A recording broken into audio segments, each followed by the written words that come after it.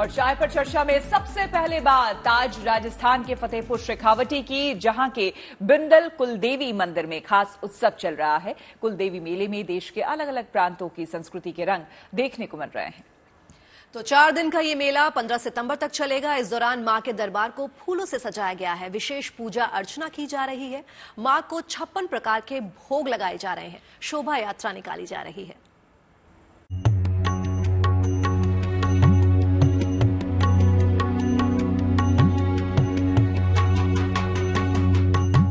कुलदेवी के उत्सव में संस्कृति के रंग बिखरे कण कण में। कहीं निकली शोभा यात्रा, कहीं सजा मां का दरबार और कहीं धुनुची में रमा शक्ति का संसार।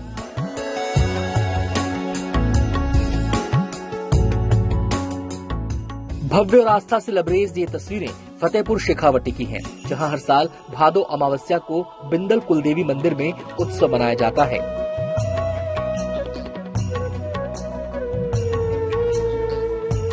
चूरू रोड पर बना है यहाँ के लोगों की आस्था का केंद्र बिंदल कुलदेवी मंदिर, जहाँ हर साल मां के नाम से भादो अमावस्या पर एक मेला लगता है, जिसमें उत्सव के अनेकों रंग बिखरते हैं।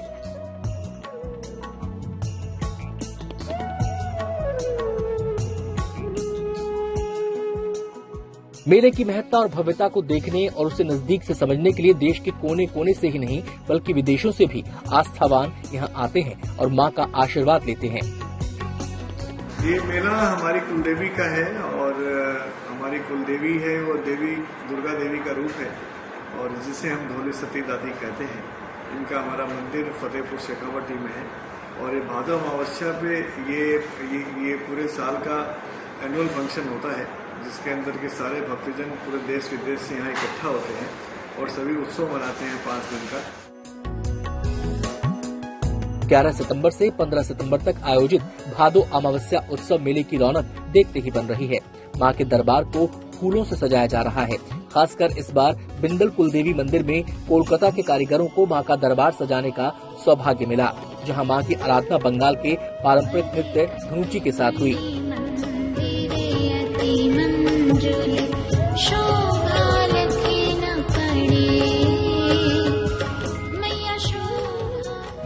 इस 5 दिन के भव्य कार्यक्रम में कहीं भजन कीर्तन, कहीं ध्वजा कलश यात्रा तो कहीं मेहंदी उत्सव का आयोजन किया जा रहा है।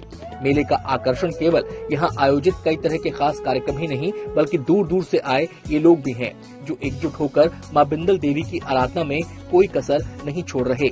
यही वजह है कि इस दिव्य और भव्य छटा से अनेकता में एकता का संदेश भी मिलता दिख रहा है। फतेहपुर शेखावटी से राकेश गुर्जर के साथ bureau report, good news today.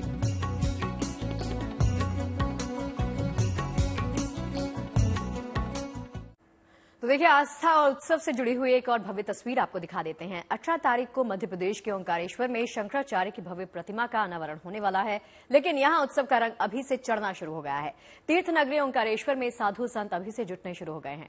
आपको बता दें कि वाराणसी में काशी विश्वनाथ कॉरिडोर, उज्जैन में महाकाल लोक के बाद ओंकारेश्वर में एकात्म धाम तीसरा बड़ा प्रोजेक्ट है। आदि गुरु शंकराचार्य की 108 फीट ऊंची प्रतिमा के साथ यहां अद्वैत वेदांत केंद्र, योग केंद्र और ध्यान केंद्र भी बनाए जाएंगे।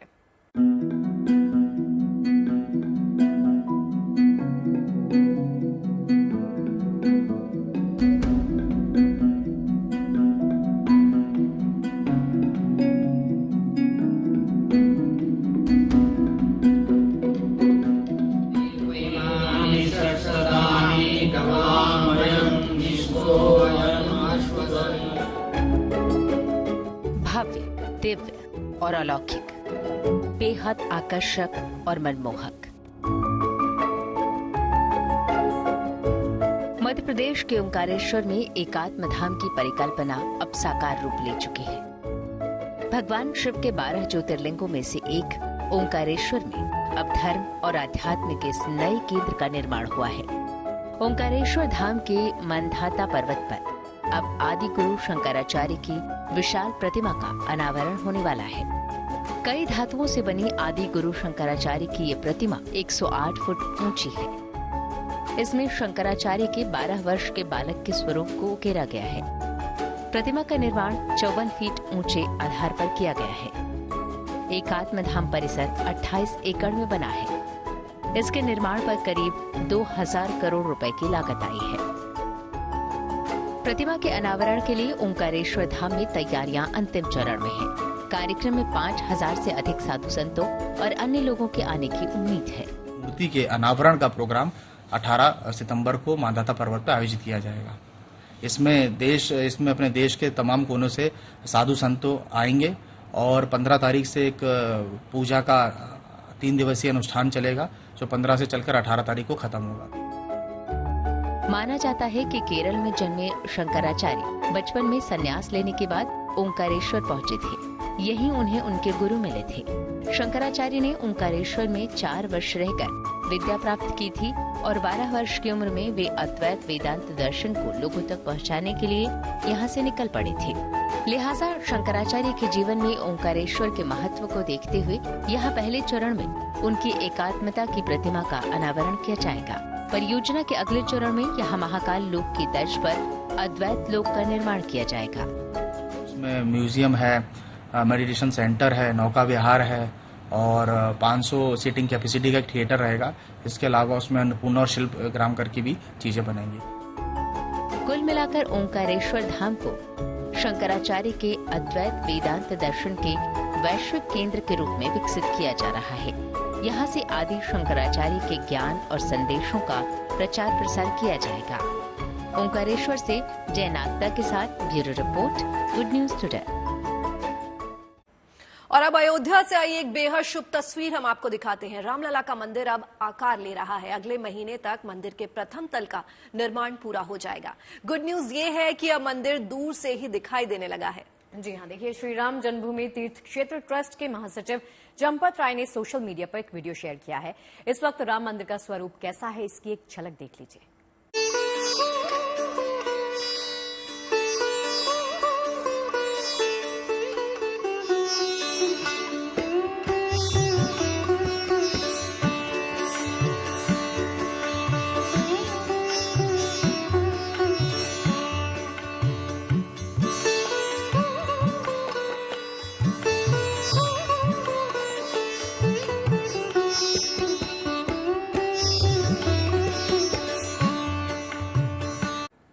और चलिए अब आपको गणेशोत्सव की रौनक दिखाते हैं। शहर शहर गणपति उत्सव की धूम है। मूर्तिकार पूरे उत्साह उमंग के साथ बप्पा की प्रतिमाएं तैयार कर रहे हैं। बाजार भी सजने लगे हैं और खरीदार भी जोश में हैं। बिल्कुल, अमरावती, मुंबई और कुलबुर्गी में बप्पा की प्रतिमाओं के कई रूप देखे जा रहे हैं। कहीं बप्पा में महादेव की झलक है तो कहीं माखन चोर का रूप दिखाई दे रहा है। पंडालों का भी अनूठी थीम से जो है वो सजाया गया है।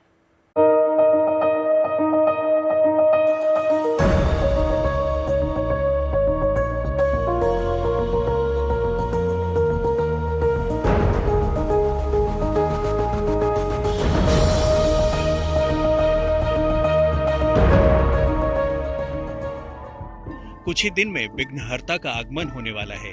अभी से ही हर तरफ उत्साह है, उल्लास है। इसलिए मूर्तिकार भी जोर शोर से काम में लगे हैं ताकि वक्त पर लोगों के घरों और पंडालों में गणपति विराज सके।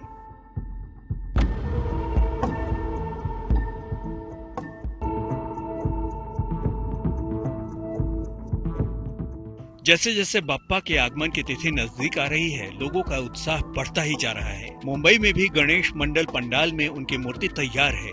सजावट का काम चल रहा है, बस प्राण प्रतिष्ठा की तैयारी है।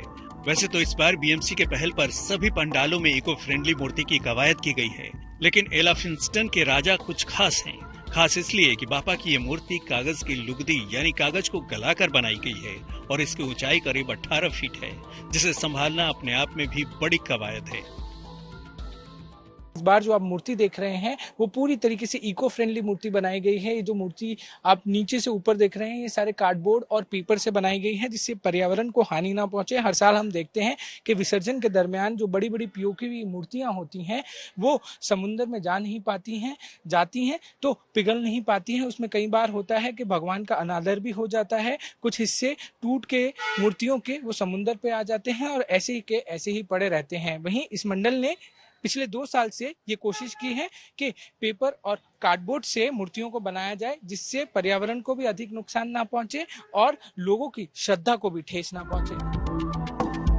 गणेश मंडल पिछले 30 सालों से अलग अलग थीम पर बापा की मूर्ति स्थापित करके गणेशोत्सव मना रहा है। हालांकि पिछले 2 साल से उन्होंने इस उत्सव को पर्यावरण को बचाने का संकल्प भी बना लिया है।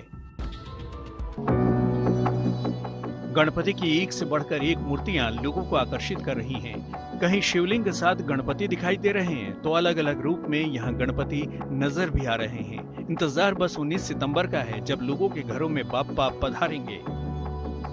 मुंबई से पारस दामा के साथ bureau report, good news today. मातृभूमि अगर हमारा अस्तित्व है तो मातृभाषा हमारी पहचान। आज हिंदी दिवस है। आप सभी को हिंदी दिवस की ढेर सारी शुभकामनाएं। इस अवसर पर हम आपको एक ऐसे जज साहब से रूबरू कराते हैं जो हिंदी से बेहद प्रेम करते हैं। बिल्कुल, आपको बता दें कि प्रयागराज के जस्टिस गौतम चौधरी 4 साल में 13,000 से ज्यादा फैसले हिंदी में सुना चुके हैं और इस तरह जज साहब न्याय करने के साथ ही हिंदी का प्रचार प्रसार भी कर रहे हैं।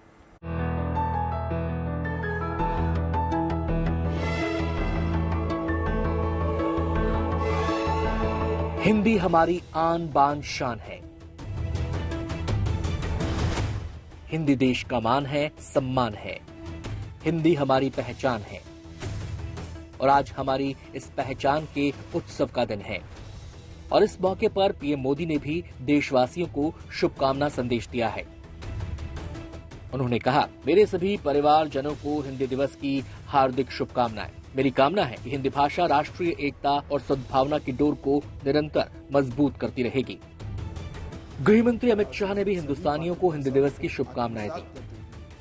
हिंदी भाषा ने स्वतंत्रता आंदोलन के मुश्किल दिनों में देश को एक सूत्र में बांधने का अभूतपूर्व काम किया। इसने अनेक भाषाओं और बोलियों में बटे देश में एकता की भावना स्थापित की। हिंदी के मान सम्मान को बढ़ावा देने और कार्यक्षेत्र में इसके उपयोग को बढ़ाने का अभूतपूर्व काम संगम नगरी प्रयागराज में भी हो रहा है और वहां हिंदी का प्रतीक बन चुके हैं इलाहाबाद हाईकोर्ट के न्यायाधीश गौतम चौधरी। जस्टिस गौतम चौधरी ने अपने 4 साल के कार्यकाल में ही 13,000 से अधिक फैसले हिंदी में दिए हैं। इलाहाबाद हाईकोर्ट की एकल पीठ में जस्टिस गौतम चौधरी हर दिन 30 से 40 आदेश हिंदी में सुना रहे हैं। उनके मुताबिक हिंदी को बढ़ावा देने की सीख उन्हें अपने पिता से मिली और उसी सीख का परिणाम है कि वो हिंदी में फैसले सुनाने का रिकॉर्ड बना रहे हैं। हिंदी हमारी मातृभाषा है, उसके प्रति हमको आदर देना है तो हमको बढ़ावा देना भी चाहिए। कि जब जितने शासनादेश हैं, जितने सरकारी आदेश हैं, FIR है, केस डायरी है, ये सारी चीजें स्टेटमेंट जो है, गवाहियां जहाँ तक सब हिंदी में है। अगर ये सब हिंदी में है तो हिंदी में निर्णय करने में दिक्कत कहाँ है। 13,000 के आसपास NIC ने मुझे इन्फॉर्म किया है। 13,000 के ऊपर जजमेंट एंड ऑर्डर्स हुए हैं। आज हिंदी केवल देश ही नहीं विदेश में भी अपनी अलग पहचान बना चुकी है। हिंदी बोलने सीखने के लिए विदेशियों में खासी दिलचस्पी देखी जा रही है। दुनिया के कई विश्वविद्यालयों में हिंदी पढ़ाई भी जा रही है। हिंदी दुनिया भर के भारतीयों को भावनात्मक रूप से एक साथ जोड़ने का काम करती है। हर हिंदुस्तानी ये दुआ करता है कि हिंदुस्तान और हिंदी का परचम दुनिया में और बुलंद हो। प्रयागराज से Anand Raj, good news today. देखिए, हिंदी सदियों से ऐसी भाषा रही है जो पूरे विश्व को जोड़ती आई है, एक समंदर की तरह, जिसमें वक्त के साथ साथ कई भाषाओं के शब्द जुड़ते चले गए और हिंदी समृद्ध होती चली गई। और अब तो हिंदी इंटरनेशनल हो गई है। कई बड़े नेता और बोलचाल में भी हिंदी का इस्तेमाल करते हैं। कई बोलना सीख रहे हैं तो कई फर्राटेदार हिंदी बोलते हैं। देखिए विदेशी हस्तियों का हिंदी प्रेम। नमस्ते, नमस्ते। अभी की बार ट्रंप सरकार। नमस्ते señorita, बड़े बड़े देशों में, you know what I mean.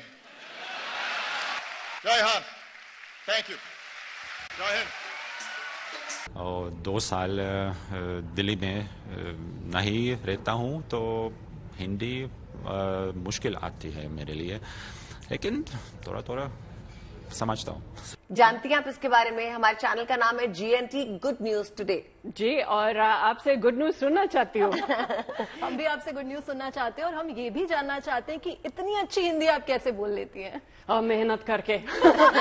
हम देखते हैं कि हमारे नेताओं के बीच में एक बहुत वार्म रिलेशनशिप है और ये तो हमारे लोगों के बीच का एक सिंबल होते हैं, क्योंकि अमेरिका और इंडियन लोग, खास करके हमारे इंडियन अमेरिकन जो एक लिविंग ब्रिज बनते हैं, हमारे रिलेशनशिप का एक ड्राइविंग फोर्स है। आज के लिए बहुत धन्यवाद। गुड न्यूज हम आपको देने जा रहे हैं। इस महीने की 24 तारीख को एक और स्टार कपल शादी के पवित्र बंधन में बनने जा रहा है। हम बात कर रहे हैं राघव और परिणीति चोपड़ा की। इन दोनों के शादी के कार्ड की डिटेल्स हम आपसे शेयर करते चले। उदयपुर के ताज लेक पैलेस में दोपहर 1 बजे सेहराबंदी का कार्यक्रम होगा।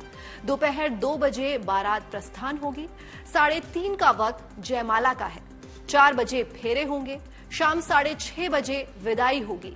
शाम को 8:30 बजे उदयपुर के लीला पैलेस कोर्टयार्ड में रिसेप्शन गाला होगा और पार्टी की थीम होगी अ नाइट ऑफ एमोर, यानी प्यार की रात।